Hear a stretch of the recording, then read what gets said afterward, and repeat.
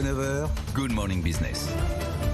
Ils sont plusieurs à 7h44 sur le plateau de Good Morning Business. Ils sont deux présidents pour l'association des agences de conseil en communication. C'est Bertie Toledano, qui est par ailleurs présidente de BETC évidemment, et David Leclabar, président d'Australie. Merci à tous les deux. Vous avez été réélus dans vos fonctions.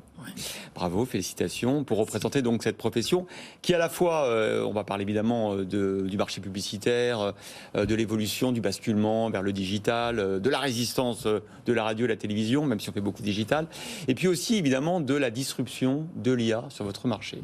Peut-être un mot d'abord sur le marché publicitaire. Oui. Comment va-t-il sur ce premier semestre 2023 ? Écoutez, pas si mal en fait. Le marché publicitaire, pour vous donner un ordre d'idée, c'est quand même 32 milliards, finalement. La part de la publicité, de la communication, par exemple, dans les médias, dans le financement des médias, c'est 16 milliards. Le nombre de salariés, c'est 225 000 salariés directs et 400 000 salariés indirects. C'est quand même un gros marché, finalement. Et ça va plutôt pas mal par rapport au moment du Covid, etc. On voit bien qu'il y a eu une relance, il y a un indice de confiance. Donc c'est pas si mal. Au début d'année a été très compliqué. Les 3 premiers mois ont été compliqués. Les 3 premiers mois ont été très compliqués. Vous alliez n'importe où et on vous annonçait une baisse des budgets de 25%, de 15%, de 30%. Donc des chiffres qui étaient quand même colossaux. On a vu que ça se relâchait un peu, c'est-à-dire que finalement c'était moins terrible que ce qu'on imaginait, qu'il y avait un petit bout de croissance qui était un peu mieux que ce qu'on imaginait. On voit bien, vous avez annoncé les chiffres tout à l'heure, que les chiffres de prévision de croissance, ils sont quand même pas très élevés non plus. Donc en fait, ça cache quand même une très grande disparité. On pourra en parler, mais nous, l'intérêt de nos métiers, c'est qu'on voit beaucoup de secteurs. Donc on voit des secteurs comme la grande distribution, on voit des secteurs comme le luxe, on voit des secteurs comme l'automobile, le tourisme, comme le tourisme ou comme la santé. Et vous voyez quand même qu'il y a une très grande disparité dans le tissu économique. Et au milieu de tout ça, vous avez des clients qui vont sur ChatGPT et qui testent leur campagne pour voir ce que ça donne et qui se disent finalement, est-ce que je ferais bien d'aller payer l'agence Australie, par exemple, pour ma campagne de pub, David Leclabar. Non, mais vous parlez que de ça ou pas entre vous, d'intelligence artificielle? On parle beaucoup de ça. Nos clients ont raison d'essayer. Nous aussi, on travaille beaucoup avec ces outils-là parce que évidemment, il faut voir ce que ça nous apporte. Il faut voir aussi comment est-ce qu'on continue à travailler notre singularité, parce que c'est tout le sujet, la singularité. C'est tant que la machine travaille en regardant dans le rétroviseur et dans ce que l'homme a déjà fait, les industries créatives comme nous ont un avenir parce qu'on essaie de trouver ce qui n'a pas été fait. Donc c'est aussi simple que ça. Donc tant qu'on est capable d'inventer des choses qui n'ont pas été faites, et tant que la machine n'a pas de singularité, on a un avenir. Si par contre on n'a pas beaucoup de valeur ajoutée créative, je comprends complètement qu'on se passe de nous au bout d'un moment. Mais la première chose à faire, c'est déjà de travailler avec ces outils. Et ces outils sont importants. On est au Festival de Cannes la semaine dernière. Et d'ailleurs, la France est 4e nation mondiale en termes de créativité. Donc c'est bien, parce qu'on n'est pas la 4e puissance mondiale en termes d'économie, par exemple. Donc, créativité, on est 4e. Et c'est vrai que l'IA était dans toutes les discussions, parce que ça intéresse évidemment les créatifs qui sont là pour capter l'air du temps, saisir ce qui commence. Et on vit dans la société. C'est-à-dire qu'eux-mêmes, ils vont utiliser l'IA pour regarder ce qui s'est fait avant. Ouais, ils l'utilisent déjà. Mais même pour aller plus vite, pour faire des maquettes, pour monter des projets, pour montrer à quoi ça va ressembler, à quoi ça pourrait ressembler. Mais ce qui est intéressant, en fait, c'est qu'est-ce que vous avez décidé de créer ? C'est quoi votre idée ? Vous avez décidé de faire quoi ? Mais ça, c'est pas la machine qui va le penser. Il y a quelqu'un qui doit penser ce truc-là. Créer, étymologiquement, c'est commettre un inédit. Vous voyez bien que la synthèse du passé peut pas être un inédit. Donc pour commettre un inédit, il faut qu'il y ait quelqu'un qui l'ait pensé, il faut qu'il y ait quelqu'un qui soit à dessein, à destination. Alors les créatifs, ils s'amusent beaucoup, ils montent des maquettes, ils montent des projets, etc. Je pense qu'il y a une partie des projets qui vont être quasiment industrialisés.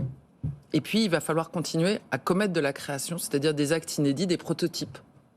Vos métiers, ils ont été aussi considérablement disruptés, comme on dit en mauvais français, par le digital.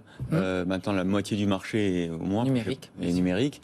Qu'est-ce que ça a changé dans la manière, dans votre créativité, dans vos campagnes ? Et puis, est-ce qu'aujourd'hui, il y a des choses est-ce qu'on en est revenu ? Est-ce qu'il y a des choses qui marchent finalement moins bien en digital ? On a des entreprises qui nous disent, qui basculent du e-commerce vers le retail, parce qu'elles s'aperçoivent que le coût de la pub maintenant sur le digital, avec la concentration, les GAFAM qui monopolisent le marché, est tellement élevé que ça vaut presque la peine de rouvrir un magasin. Je pense que il y a plein de questions dans votre question. Je vais essayer de régler. C'est fascinant. La première chose, c'est oui, le numérique a changé nos métiers. Oui, parce que en fait, il faut. Je vais vous donner un exemple. Moi, quand j'ai commencé ce métier, quand on faisait une campagne de pub, on commettait 6 objets créatifs. Un film, 4 messages radio, 2 affiches. Ça y est, on avait fini. Aujourd'hui, quand je commets une campagne de pub, généralement, je commets 250 assets. Ah oui. Donc oui, Là, faut industrialiser. Ouais. ouais, là, il faut industrialiser, c'est-à-dire entre tous les formats de post-social media, tout ce que vous mettez, les formats vidéo, voilà. Donc oui, ça a changé. Dans les entreprises, c'est pareil. Hein. Il faut un community manager au moins par réseau, en fait. Hein. Mais ça change aussi beaucoup de choses. C'est-à-dire qu'aujourd'hui, il y a beaucoup plus d'entreprises qui ont accès à la communication. Parce que ça coûte moins cher de pouvoir communiquer qu'il y a une vingtaine d'années. Ouais. Donc il y a beaucoup plus d'acteurs, donc il y a beaucoup plus d'agences. Après, la vraie question qui est derrière et qu'on a un peu oubliée, c'est au fait le public là-dedans. Parce que les gens utilisent les outils numériques, on utilise tous, ils font partie de nos vies. Par contre, les espaces qui ont été donnés pour la communication commerciale ou la communication d'intérêt public sur ces supports-là sont parfois discutables. Autant les grands médias historiques ont des espaces de narration super intéressants. Si on veut faire un film à la télévision, on sait qu'on a l'espace pour s'exprimer. Une affiche, c'est délimité. Une annonce presse, c'est limité. Un message radio, pareil. Et puis des créatifs, pendant des décennies, ont travaillé dessus. Les supports numériques sont plus récents. Donc la capacité à faire des narrations intéressantes en digital, ça se pose. Et d'ailleurs, c'est pour ça que des supports comme TikTok marchent bien. Parce que TikTok, c'est avant tout une surface créative. C'était Musical.ly avant, donc pour faire du lip-sync et de la danse.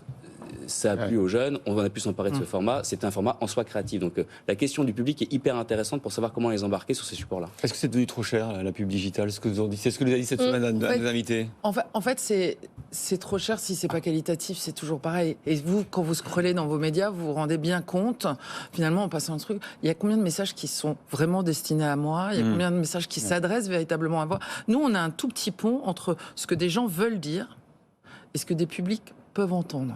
Qu'est-ce que vous voulez entendre? Qu'est-ce que vous pouvez entendre de quelqu'un? Et si vous n'arrivez pas à créer cette connexion-là, en fait, vous êtes une pollution. Vous devenez une pollution sur votre téléphone. Donc, c'est ça la difficulté. Ouais, moi, j'ai l'impression que tout le monde s'adresse à moi sur les réseaux sociaux. J'ai l'impression que tout le monde me propose quelque chose à acheter. Merci beaucoup à tous les deux d'être venus nous voir. Bertie Toledano et David Leclabar, réélus donc à la présidence de l'AACC.